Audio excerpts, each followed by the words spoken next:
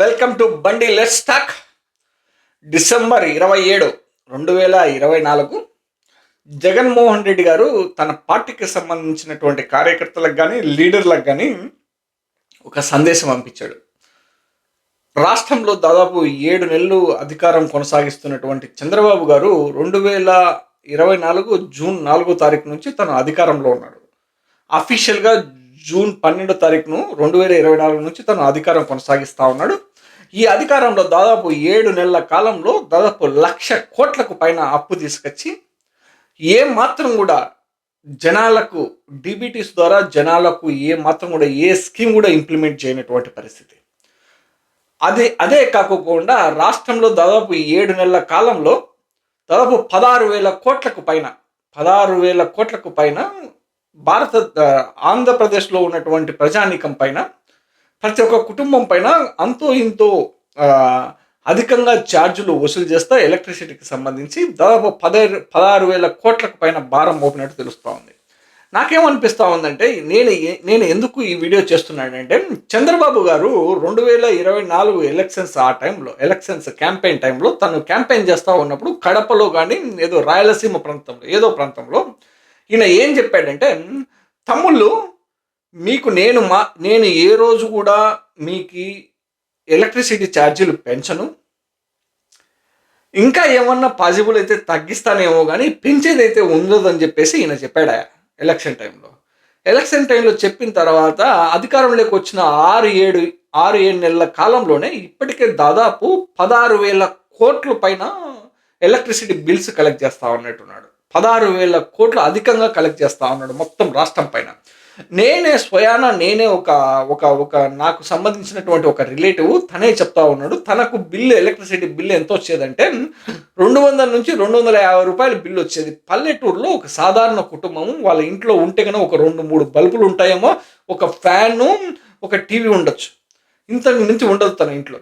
ఆ ఇంటికి 200 నుంచి 250 రూపాయల బిల్లు వస్తూ ఉంటే సడన్గా 2,500 రూపాయల నుంచి 3,000 రూపాయల బిల్లు వచ్చేది డిసెంబర్లో.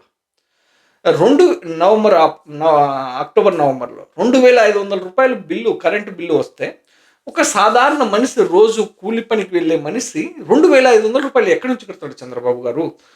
ఇదేమి అధికారం నాకు అర్థం కాదు.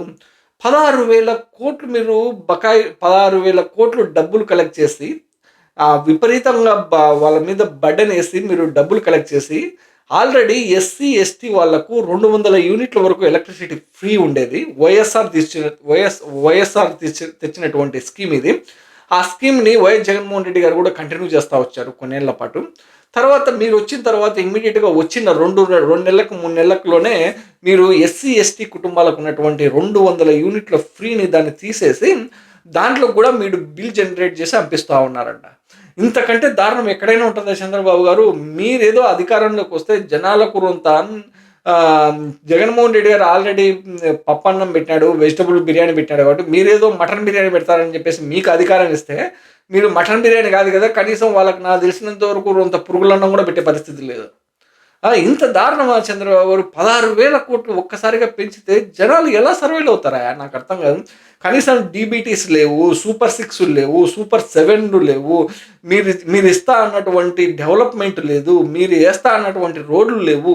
ఏవే కానీ చేయకోకుండా మళ్ళా తిరిగి వాళ్ళ మీదనే భారం మోపుతూ వాళ్ళ నుంచి డబ్బులు కలెక్ట్ చేసి మీ రియల్ ఎస్టేట్ కోసము మీరు ఆంధ్రప్రదేశ్లో మీరు అమరావతిని కట్టాలన్న మీరు ఏదైతే ఆశయం ఉందో నాకు తెలిసినంత వరకు మీరు కట్టలేరు కూడా చంద్రబాబు గారు. ఎందుకంటే ఆల్రెడీ ఆ ప్రాంతంలో దాదాపు ఆగస్టు సెప్టెంబర్లో వచ్చినటువంటి వరదలు ఇప్పటి వరకు మీరు ఇంకా నీళ్ళే తీయలేదు. దాంట్లో నీళ్ళే ఎత్తేకోకుండా మీరు ఎట్లా రాజధాని కట్టాలనుకుంటున్నారు? మాకేం అర్థం కావట్లేదు చంద్రబాబు గారు.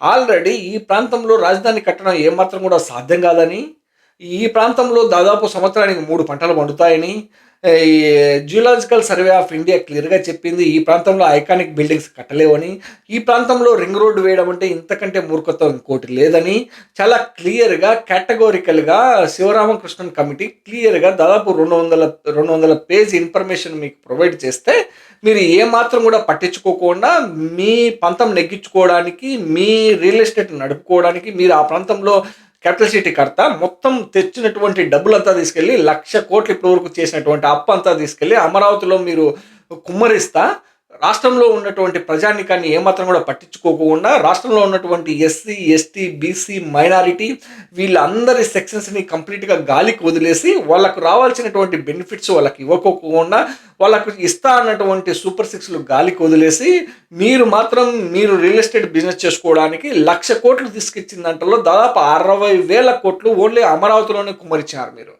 అమరావతిలోనే కుమ్మరించి మీరు ఏమన్నా ఐకానిక్ బిల్డింగ్స్ కడుతున్నారంటే ఇంతవరకు ఏమాత్రం కూడా ప్రోగ్రెస్ లేదు. ఎందుకంటే అక్కడ ఉన్నటువంటి నీళ్లు తీయడానికి ఇంతవరకు మీకు గతి లేదు. మీరు ఎట్లాంటి పరిస్థితుల మధ్య మీరు నాకు తెలిసినంత క్యాపిటల్ సిటీ కడతారన్నది వేచి చూడాలి. తర్వాత చూస్తే ఉన్నాయి కదా, జగన్మోహన్ రెడ్డి గారు తన అధికారంలోకి వచ్చినప్పుడు తర్వాత తను 3 క్యాపిటల్ సిటీస్ అని చెప్పేసి తను డిసిజన్ తీసుకున్న తర్వాత వైజాగ్ సిటీలో 11 ఐకానిక్ బిల్డింగ్స్ కట్టి 550 కోట్ల రూపాయలతోనే 11 ఐకానిక్ బిల్డింగ్స్ కట్టాడు. 11 ఐకానిక్ బిల్డింగ్స్ కట్టి మొత్తం ప్రపంచమంతా చూసేలా చేశాడు. దాన్ని మీరు ఇష్టం వచ్చినట్టు రాంగ్గా పోర్ట్రే చేసి రాంగ్గా మీరు క్యాంపెయిన్ చేసుకున్నారు తప్పితే, మీరు అధికారంలో ఉన్నప్పుడు 2014 నుంచి 2019 వరకు మీరు అధికారంలో ఉన్నప్పుడు మీరు దాదాపు 1,200 కోట్లు ఖర్చు పెట్టి ఒక టెంపరరీ అసెంబ్లీ బిల్డింగ్, ఒక టెంపరరీ హైకోర్టు బిల్డింగ్ కడితే దాంట్లో కనీసము ఎక్కడ కూర్చుంటే ఎక్కడ నీళ్లు పడతాయో కూడా తెలియదు, యాపక్క బక్కలు పడతాయో కూడా తెలియదు, అది కూడా ఒక ఫ్లోర్ మాత్రమే.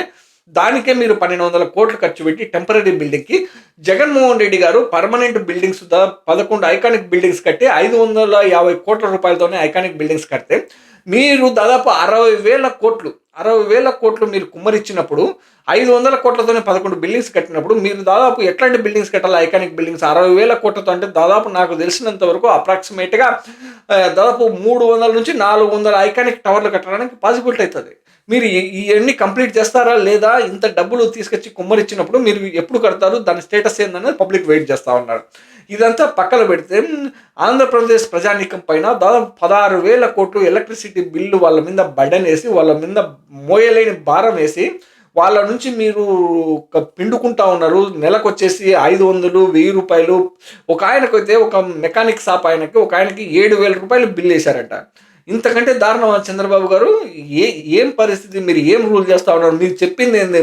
నేను ఏ రోజు కూడా అసలు ఎలక్ట్రిసిటీ బిల్స్ పెంచను, ఇంకా ఏమన్నా ఉంటే తగ్గిస్తాను, కానీ ఎలక్ట్రిసిటీ బిల్ పెంచనని చెప్పినటువంటి వ్యక్తివి సడన్గా 16,000 కోట్లు బిల్లులు పెంచితే జనాలు ఎట్లా సర్వైవ్ అవుతారు చంద్రబాబు గారు? ఏం పద్ధతి ఇది?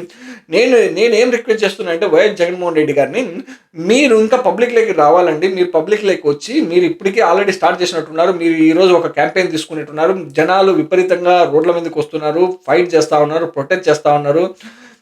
I'm just requesting on behalf of public of Andhra Pradesh to Mr. Jagan Mohan Reddy garu, please come to the public, please do one more yatra to raise voice against the government, and please support the public of Andhra Pradesh, raise your voice, and please provide your schedule for the next 1.5 year, what and all you are going to do.